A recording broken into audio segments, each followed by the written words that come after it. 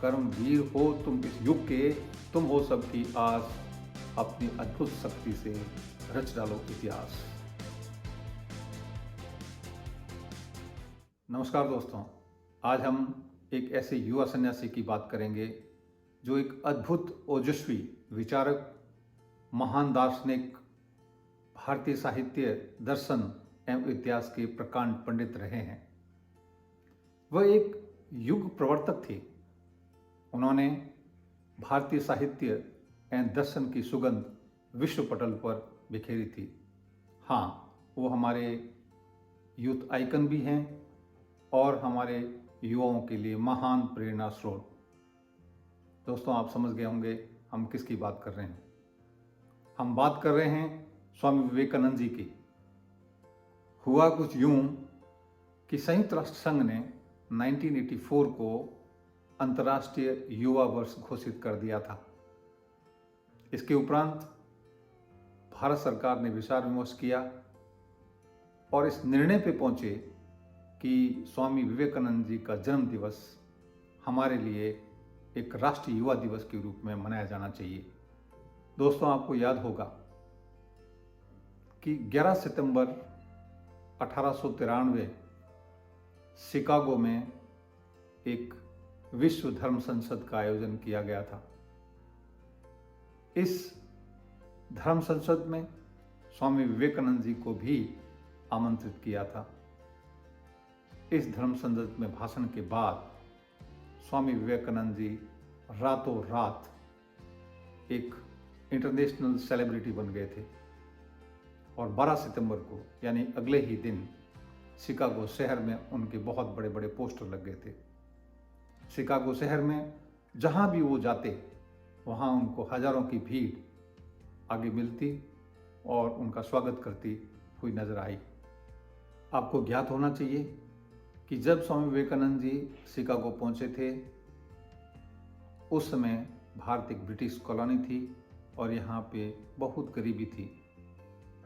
पूरे विश्व के लोग हमारी संस्कृति को एक निंदा की दृष्टि से देखते थे, परंतु इस धर्म संसद में स्वामी विवेकानंद जी ने भारतीय दर्शन, साहित्य, हिंदुइज्म को इस प्रकार से पेश किया कि पूरा विश्व हमारी संस्कृति से अभिभूत हो गया।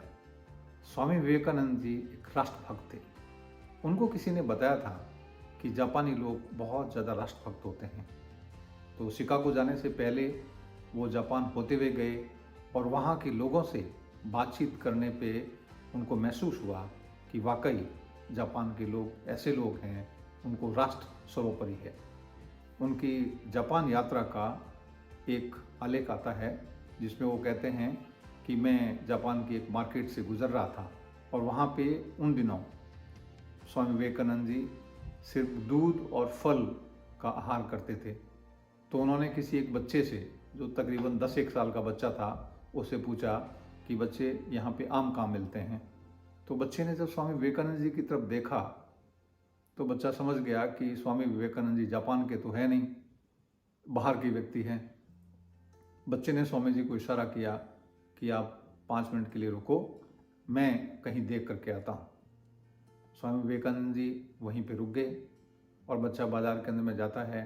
बच्चे को कहीं नज़दीक के अंदर में आम नहीं मिलते हैं। अब बच्चा कहीं और आगे जाता है, फिर आम नहीं मिलते हैं। ऐसे करते करते बच्चा काफ़ी दूर जा करके किसी एक स्टोर से एक आम की टोकरी सिर पे रख करके लेकर के स्वामी विवेकानंद जी के पास में वापस आता है।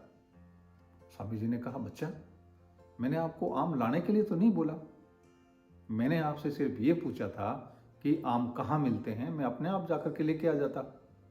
साथियों, बच्चे का जवाब सुन करके आप हैरान हो जाओगे।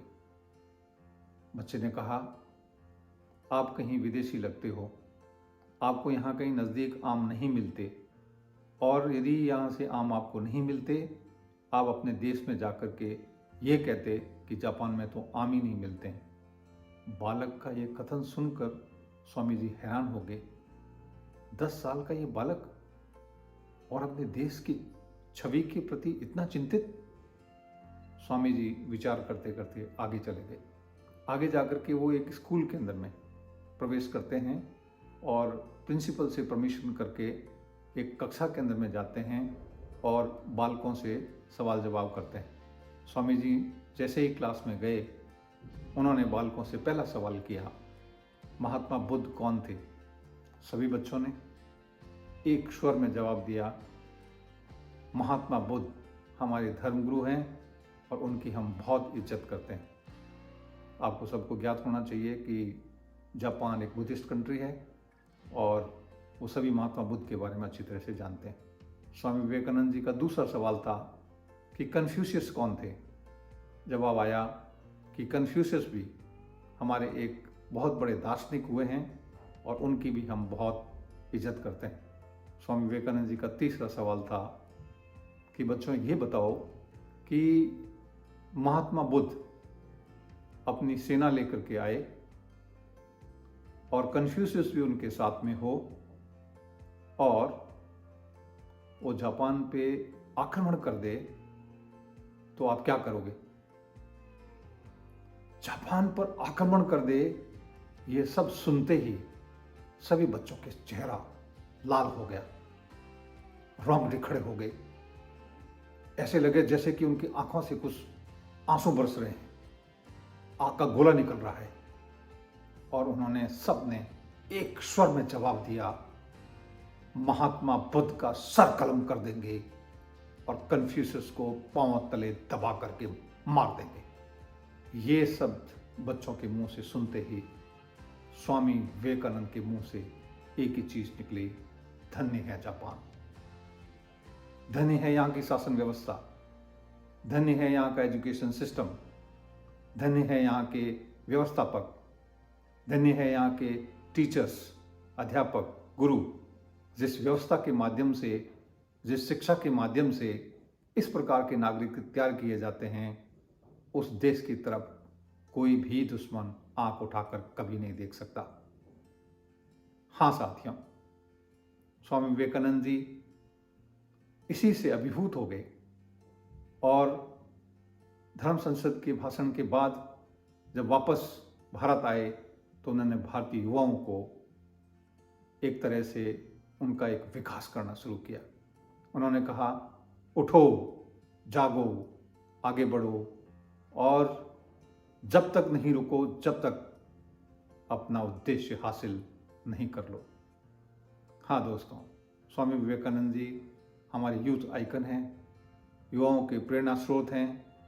उनकी जयंती हर स्कूल, हर कॉलेज, हर विद्यालय, हर महाविद्यालय, यूथ ऑर्गेनाइजेशंस, एनजीओज को बहुत ही हर्षोल्लास से मनानी चाहिए और उनका साहित्य जन जन तक पहुंचना चाहिए, हर यूथ को पढ़ना चाहिए। मैं बच्चों को जब भी कांटेक्ट करता हूं या उनकी क्लासेस लेता हूं या उनको किसी प्रकार से मोटिवेशन सेशन ऑर्गेनाइज करता हूं तो विवेकानंद जी की साहित्य वहां बांटता हूं। स्वामी जी एक ऐसे व्यक्ति हुए हैं जिनका कोई मुकाबला देशभक्ति के मामले में कोई नहीं कर सकता है। युवा किसी भी देश के लिए रीढ़ की हड्डी होती है। युवा किसी देश के लिए, किसी देश के विकास के लिए अहम भूमिका निभाते हैं। युवाओं में बहुत एनर्जी होती है, बहुत उत्साह होता है, बहुत उमंग होती है, बहुत क्रिएटिविटी होती है। हमें चाहिए कि हम सब मिलकर के हम अपने युवाओं को साथ में लेकर के देश विकास के अंदर में अपनी भूमिका अच्छी तरह से निभाएं।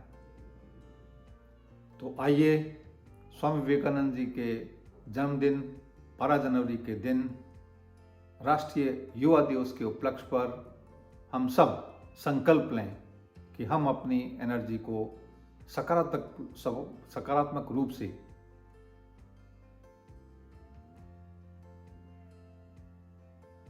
हम सब अपनी ऊर्जा को सकारात्मक रूप से राष्ट्र निर्माण के अंदर में काम लेंगे।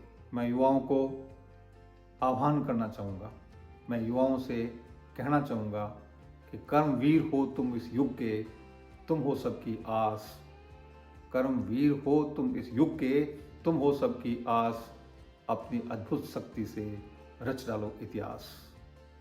साथ ही मैं ईश्वर, अल्लाह, भगवान, वाहेगुरु से प्रार्थना करूँगा, या खुदा मेरी एक अर्ज मुकम्मल कर दे, या खुदा मेरी एक अर्ज मुकम्मल कर दे, मेरे मुल्क के हर युवा को विवेकानंद कर दे।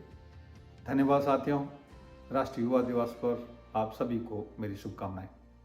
ये वीडियो आपको कैसे लगा कमेंट करके ज़रूर बताएं और देश के हर युवा तक इस वीडियो को शेयर ज़रूर करें ताकि हम सब युवाओं तक ये संदेश पहुंचा सकें कि हम सब देश को मजबूत करने में अपना तहे दिल से योगदान देंगे। धन्यवाद।